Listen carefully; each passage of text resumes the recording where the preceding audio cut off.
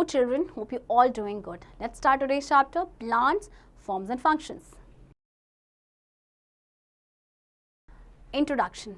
Plants are an integral part of our surrounding environment. They grow almost everywhere, even in very hot and cold places. You can see plants of varying sizes, small, medium and very tall. On the basis of size, we can divide plants into three main categories. These are herbs, shrubs and trees. In addition, there are creepers and climbers also. There are two kinds of plants, flowering and non-flowering. In this chapter, we shall study about flowering plants which are considered more advanced. देखिए plants हमारे surrounding का बहुत ही important part है. ये हर जगह आपके होते हैं, चाहे हॉट प्लेसेस की बात करें या कोल्ड प्लेसेस की बात करें. डिफरेंट साइजेस में आपके पाए जाते हैं. अब आपके जो प्लांट्स है फ्लावरिंग एंड नॉन फ्लावरिंग दोनों तरह के होते हैं. तो इस लेसन में हम पढ़ेंगे फ्लावरिंग प्लांट्स के बारे में, क्योंकि उनको ज़्यादा एडवांस कंसिडर किया गया है. The body of A plant is categorised in two parts, root system, shoot system. The root system of plants is generally found under the soil. It contains the main root and its branches. Shoot system is a portion of the plant that is above the soil. It incorporates stem, leaves, flowers, buds and fruits. अब देखिए आप छोटी classes में भी पढ़ के होंगे कि आपका जो प्लांट की बॉडी को दो टाइप में बांटा गया है. रूट सिस्टम यानी जो आपके ग्राउंड से नीचे का पार्ट होता है, जो आपके सॉइल के अंदर होता है, एंड शूट सिस्टम जो आपके सॉइल से ऊपर होता है. Categorization of plants. Based on the nature and size of the stem, plants can be categorized into three groups: herbs, shrubs and trees. Herbs. Herbs are very soft and small plants. Example, mint, basil and coriander. These live usually for 1 or 2 seasons. Herbs आपके बहुत ही छोटे और soft plant होते हैं और ये generally आपके 1 या 2 सीजन के लिए होते हैं. जैसे कि अगर हम बात करें पुदीना या धनिया, right. Shrubs. Shrubs are taller than herbs. They have a woody and hard stem. They have a number of branches that arise from the base of the stem. For example, candy tuft. अब देखिए shrubs आपके herb से बड़े होते हैं, लंबे होते हैं, इनकी woody और hard stem होते हैं, एंड इसमें number of branches इसके बेस से निकलते हैं. For example, अगर हम बात करें आपके पास है candytuft and rose. shrubs जो है जनरली आपके 4 से 5 साल तक रहते हैं. Trees. Trees are hard, woody and tall plants. They live many years. They are the largest among all plants. They consist of a main trunk which bears branches and leaves in it. For example, mango, neem and banyan. Trees आपके hard, woody और tall plants होते हैं. ये कई सालों तक रहते हैं, right? For example, अगर हम बात करें, इनमें काफ़ी सारे branches होती हैं और leaves भी होती हैं. Apart from these, weak plants are classified as creepers and climbers. इसके अलावा आपके जो weak plants होते हैं उनको categorize किया गया further as creepers and climbers. Creepers have soft green and weak stems. They creep on the ground. For example, melon and pumpkin. Climbers also have very weak green stems. They need some support to stand. For example, money plant and grapevine. Creepers की जो stem होती है काफ़ी weak होती है, ये green होती है, soft होती है, ground में creep करते हैं. For example, melon and pumpkin. जबकि आपके जो climbers होते हैं ये भी इनकी भी weak green stem होती है, इनको एक support की ज़रूरत होती है to stand, जैसे कि money plant and grapevine. Parts of a plant. We have known that there are two parts of a plant, root system and shoot system. The root system consists of the underground part of a plant and the shoot system consists of the green part above the ground. Now we will study about the different parts of a plant in detail. Root. The part of a plant which usually grows below the ground is known as the root system. It consists of a main root and a number of branching roots. Structurally, root systems are of two types, taproot system and fibrous root system. अब आपके देखिए जो root है, आपको पता है root का काम क्या होता है ना? तो अब root system को भी further divide किया गया है आपके दो types में. आपका है taproot system and fibrous root system. Taproot system. In plants like mango, neem, rose, etc., there is a thick main root which grows vertically down into the soil and gives out branches. This root system is called taproot system. अच्छा देखिए taproot system में क्या होता है, एक तो देखिए सबसे पहले जैसे हम बात करें मैंगो, नीम या रोज की, तो एक थिक मेन रूट होती है जो वर्टिकली डाउनवर्ड जाती है सॉइल में and then give out branches. तो ऐसी रूट को बोला जाता है taproot system. Fibrous root system. In plants like rice, grasses, palms, etc., there is no main root. They have several fiber-like roots that spread out in the soil. This type of root system is called fibrous root system. अब देखिए इनमें जैसे कि देखिए in plants की अगर हम बात करें तो इनमें कोई भी मेन रूट नहीं होती है, ठीक है. इनमें सेवरल फाइबर लाइक रूट्स होती हैं जो स्प्रेड आउट हो जाती हैं सॉइल में. तो ऐसे रूट सिस्टम को बोला जाता है fibrous root system. Activity 9.1. Sow a few seeds of pea, grass, maize and mustard in a pot well supplied with soil, water and fertilizers. After a few days, you will see that seeds have germinated. Pluck the seedlings from the pot, then make a list of these plants and write against each whether they have a taproot system or a fibrous root system. देखिए आपको कुछ seeds देने हैं इनकी and then इनको क्या करना है, इनको आपने प्लांट करना है, ठीक है, जिसमें आपका प्रॉपर सॉइल होगा, वाटर होगा, फर्टिलाइजर होगा. कुछ दिनों के बाद सीड जो है जर्मिनेट होंगे, देन सीडलिंग्स को आप प्लक करेंगे प्लॉट से एंड देन आप ऑब्जर्व करेंगे कि इनकी जो रूट है वो कौन सा सिस्टम है, टैप रूट सिस्टम और fibrous root system. Functions of the root. Some important functions of roots are as follows. Roots fix the plant firmly in the soil. Roots absorb minerals, salts and water from the soil and help the plants to grow. Roots prevent the soil from being blown off by wind or washed away by water. Roots help in the conservation of soil.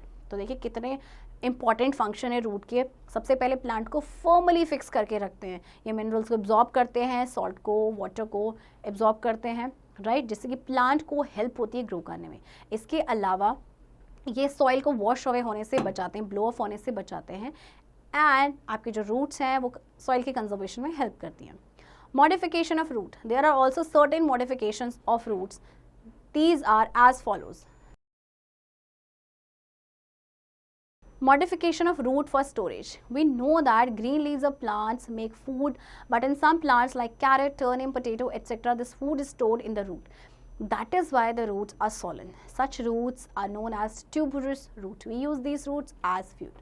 अच्छा देखिए, कुछ green leaves होती है plants की, वो खाना बनाते हैं, बट कुछ प्लांट्स में क्या होता है, जैसे कि कैरेट, टर्निप, पोटैटो की बात करें, खाना जो उनके रूट में स्टोर हो जाता है, तो इसीलिए जो रूट्स होती हैं वो सॉलन हो जाती हैं और ऐसी रूट्स को कहा जाता है आपका tuberous root. Modification of root for additional support. In some plants like banyan, roots grow from its branches, reach down to the ground and fix themselves in the soil. This way they provide additional support to the tree. These supports are called prop roots as they often look like pillars. अच्छा, जैसे banyan tree में क्या होता है कि roots होती हैं उसके ब्रांचेस से ग्रो करना शुरू हो जाती हैं और इस तरह से जो नीचे जाती हैं तो सॉइल में फिक्स हो जाती हैं, तो इनका काम क्या होता है, एक्स्ट्रा सपोर्ट को प्रोवाइड करना प्लांट को, और इसीलिए इनको कहा जाता है प्रॉप रूट्स, क्योंकि ये पिलर्स की तरह दिखते हैं. Stem. The part of the plant above the soil that bears branches and leaves is known as a stem. They are woody or non-woody. Trees and shrubs have woody stems. The stems of these plants are rigid as they contain a large amount of wood tissue called xylem. अच्छा, अब soil के ऊपर का जो part होता है that is called stem, right, जिसमें से आपकी ब्रांचेस, लीव्स बेयर होती हैं. अब ये वुडी या नॉन वुडी हो सकती हैं. ट्रीज या श्रब्स की वुडी स्टेम होती हैं. जो स्टेम्स होती हैं दीज प्लांट्स की, ये रिजिड होती हैं और इनमें बहुत सारा अमाउंट होता है वुड टिश्यू का, जिसे कहा जाता है xylem. Remember that. Herbs have non woody stems, they are weak as they lack xylem. अब हर्ब्स जो है वो नॉन वुडी स्टेम होते हैं. ये वीक क्यों होते हैं, क्योंकि इनमें जाइलम नहीं होता है. Functions of the stem. Some important functions of stem are as follows. It helps to keep the plant straight. It transports water and dissolved mineral salts from the roots to the leaves. It bears leaves, flowers and fruits. It also transports food from the leaves to storage organs and to the growing part of the plant. अच्छा, अब देखिए stem के function क्या है. सबसे पहले plant को straight रखते हैं. ये वाटर और जो भी डिजॉल्व मिनरल्स होते हैं, आपके मिनरल सॉल्ट्स होते हैं, उसको ट्रांसपोर्ट करते हैं रूट से लीव्स तक. इसमें आपकी लीव्स, फ्लावर्स एंड फ्रूट्स होते हैं. ये फूड ट्रांसपोर्ट करते हैं from the leaves to the other parts of the plant. Modification of stem. Stems have also some important modifications. They are as follows. Modification of stem for storage. In some plants like potato, onion, ginger and garlic have underground stems. These stems store food for other parts of the plant, so they are edible. जैसे हम ginger की बात करें या onion की बात करें, potato, ये सारे आपके अंडरग्राउंड स्टेम्स होती हैं. ये खाने को स्टोर करती हैं प्लांट्स के दूसरे पार्ट के लिए, तो इसीलिए एडिबल होते हैं. Modification of a stem for making food. In a plant like cactus, there is a green fleshy part that bears several thorns. It is actually the stem of the plant. It is modified to perform all the functions of the leaves, even that of making food. It stores food and water for a long time. That is why it is fleshy. अब जैसे cactus plant की बात करें तो green flashy part होता है, ये इसकी स्टेम होती है. अब ये क्या करता है कि ये लीव्स के सारे फंक्शन करता है. ये ग्रीन होता है, राइट, और इसके बाद ये फूड को स्टोर करता है, वाटर को स्टोर करता है लंबे समय के लिए, इसीलिए फ्लैशी होता है. Modifications of stem for support. Some plants have very thin and weak stems. They need a support to go up. In such plants, there is a peculiar modifications of the stem called a stem tendril. There are long thread-like coiling branches of stem. अच्छा, कुछ plants होते हैं ना, thin होते हैं और week stems होती है, तो उनको एक्स्ट्रा सपोर्ट की ज़रूरत होती है अप जाने के लिए. तो ऐसे प्लांट्स में बड़ी पेक्यूलर, बहुत अजीब सी मॉडिफिकेशन होती है स्टेम्स की, जैसे बोलते हैं स्टेम टेंड्रिल्स. ये आपके थ्रेड जैसे होते हैं, कॉइलिंग ब्रांचेस होती हैं, जैसे कि देखिए दिख रहा है ये आपकी कॉइलिंग ब्रांचेस ऑफ स्टेम्स की. तो these are known as stem tendril. Activity 9.2. Take a cutting of plant with white flower. Dip the flower end of the cut stem in the beaker. Add a few drops of red ink in the water in a beaker. Observe the plant carefully. You will observe that the color of the white flower changes to red. This activity shows to path of conduction of water along the stem and leaves.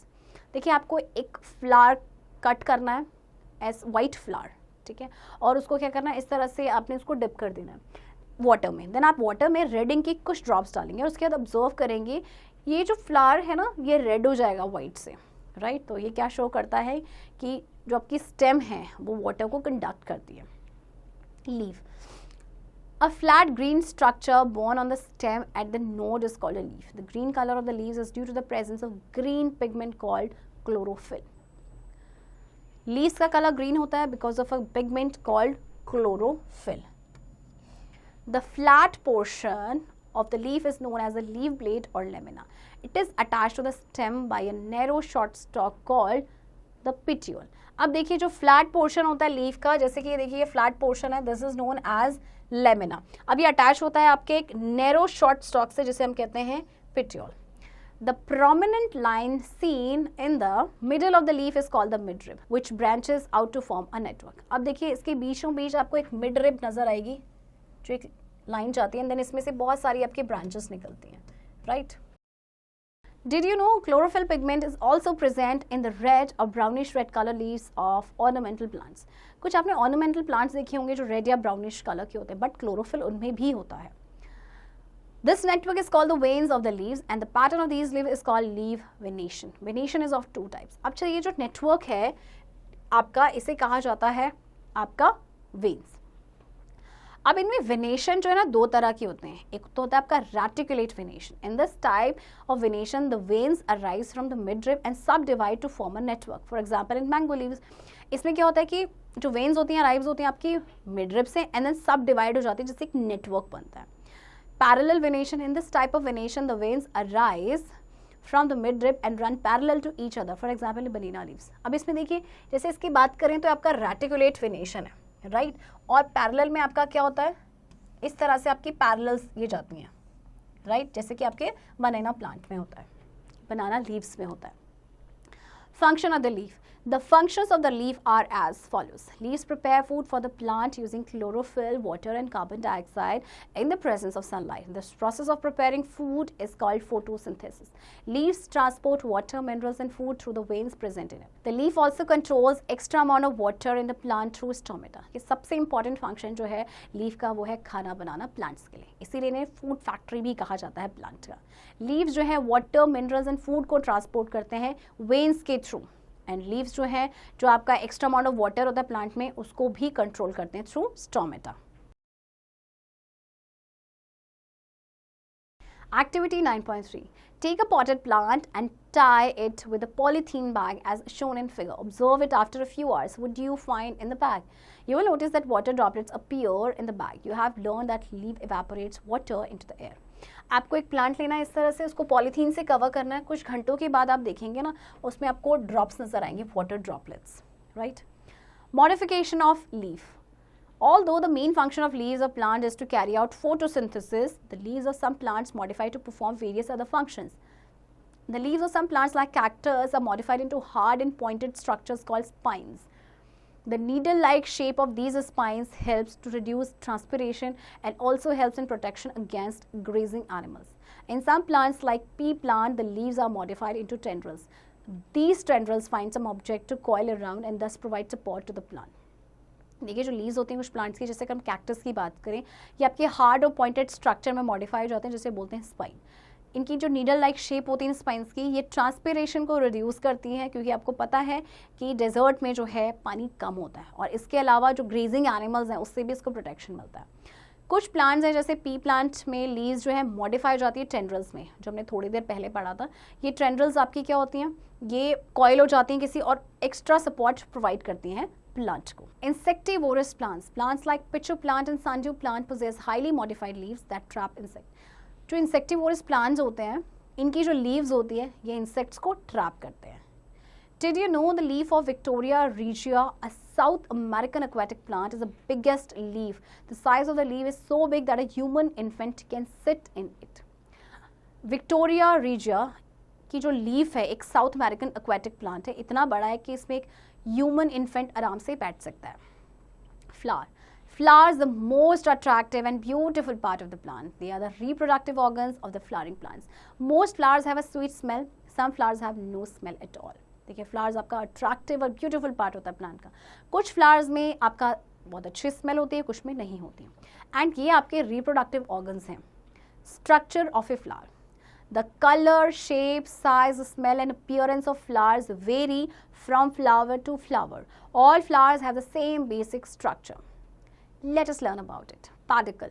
It is the stalk of the flower. It joins the flower to the stem. Thalamus. The uppermost part of the pedicle which continues as an enlarged axis is known as the thalamus. Pedicle आपका क्या होता है, ये flower का stock होता है, ये flower को ज्वाइन करता है स्टेम के साथ। एंड जो uppermost part होता है पेडिकल का वो होता है आपका thalamus. Sepals. These are the leaf green structures at the base of the flower. They protect the flower in the bud stage. Sepal आपने बड देखा होगा, जैसे हम बोलते हैं कली, उसको कवर करते हैं ग्रीन कलर स्ट्रक्चर, वो आपके सेपल होते हैं। Petals, these are usually bright in colour and fragrant to attract insect. Petals यानी आपकी जो पंखुड़ियाँ होती हैं, राइट, ये आपकी ब्राइट कलर्स में होती हैं और ये अट्रैक्ट करती हैं इंसेक्ट्स को, क्योंकि ये फ्रेग्रेंट होती है, इनमें खुशबू होती है। Stamens. Inside the petals, the flower has stamens. Stamens are the male reproductive part of the plant. Each stamen has a bag-like structure called anther and a long tube-like structure called filament. The anther produces pollen grains that take part in reproduction. अच्छा, petal के अंदर flower के stamens होते हैं। Stamen आपके होते हैं male reproductive part, और हर स्टेमेन में एक बैग लाइक स्ट्रक्चर होता है जिसे कहते हैं एंथर, और एक लंबी ट्यूब लाइक स्ट्रक्चर होता है जिसे कहा जाता है फिलामेंट। एंथर का काम क्या होता है कि पोलन ग्रेन्स को प्रोड्यूस करना, जो रिप्रोडक्शन में पार्ट करते हैं। Pistil. It consists of three parts: stigma at the top, style in the middle, and ovary at the bottom. Inside the ovary, there are little ball-like structures called ovules. Carpel is the female part of the flower. अच्छा, इसमें आपके three parts होते हैं। Pistol में stigma होता है top में, style middle में, ओवरी बॉटम में। ओवरी के अंदर आपका एक बॉल लाइक स्ट्रक्चर होता है जिसे कहा जाता है ovules. And carpel, remember that carpel is the female part of the flower. Did you know insects visit flowers because of nectar produced at the base of the petals? They feed on this nectar. The honey that bees make and store in their hives is a concentrated nectar. Insect जो है flower पे क्यों जाते हैं? क्योंकि उसमें nectar होता है। नेक्टर यानी फ्रूट, आपका जो फ्लावर का जूस होता है, राइट, जो पेटल के बेस पे वो प्रोड्यूस करते हैं। और आपको पता है जो हनी बी जो हनी बनाती है वो भी आपका क्या होता है, नेक्टर ही होता है। Pollination, the process in which transfer of pollen grains from anther of one flower to the stigma of another flower takes place is known as pollination. Wind, water, insect, birds, etc. are the main pollinating agents. After pollination, the ovary swells up and changes into a fruit, and the ovules change into seeds. अच्छा, what is pollination? देखिए, pollination क्या है कि जब आपके transfer होता है pollen grains का from the anther of one flower to the stigma of another flower, यानी कि एक फ्लावर के एंथर से वो दूसरे फ्लावर के स्टिग्मा पे जब जाते हैं पोलन ग्रेन्स, राइट, तो इसे कहते हैं पॉलिनेशन। और बहुत सारे एजेंट्स हैं आपके पॉलिनेशन जो करते हैं। पॉलिनेशन के बाद क्या होता है, ओवरी स्वेलअप होती है, फ्रूट में चेंज होती है, एंड देन ओव्यूल जो है आपका सीड में चेंज हो जाता है। Functions of flowers. Flowers are used for making perfumes. They are the organs of reproduction in plants. Some flowers are the sources of food for many insects. Flower से perfume बनता है, ये आपके reproduction के organs हैं plants में। And इसके अलावा कुछ जो फ्लावर्स हैं ये बहुत सारे इंसेक्ट्स के लिए सोर्स ऑफ फूड भी हैं। Points to remember, The body of a plant is divided into two parts, the root system and the shoot system. Plants can be classified into three categories, herbs, shrubs and trees. Root systems are of two types, taproot system and fibrous root system. The shoot system consists of the stem, the leaves, flowers and fruits. The stem has many functions such as storage, making food and support. Leaves prepare food for the whole plant through a process called photosynthesis. Flowers are the reproductive organs of the flowering plants. Remember that. Sepals, petals, stem and carpel are the main parts of a flower. And pollination is the process of transfer of pollen grains from anther to stigma. Children, I hope आपको chapter समझ आया होगा and इस chapter की practice अब आप खुद से करेंगे.